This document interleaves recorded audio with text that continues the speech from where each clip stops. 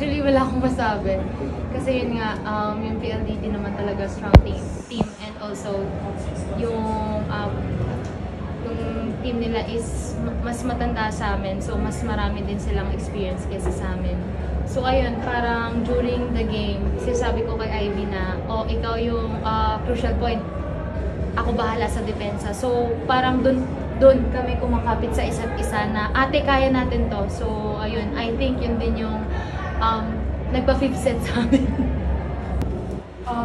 Siguro, total, sa lahat ng 5 sets na nilaruan po namin, ito yung pinaka mahirap pero memorable sa amin. Kasi alam namin talaga na yung PLDT, sobrang strong team and veterans talaga sila. At the same time, kinayan namin dahil din sa tulong ng coaches and yung teamwork talaga. As in yung kapit namin ni Ate Greta sa isa't isa, tinginan talaga kami, kaya siguro yun talaga yung nakapagpanalo sa amin.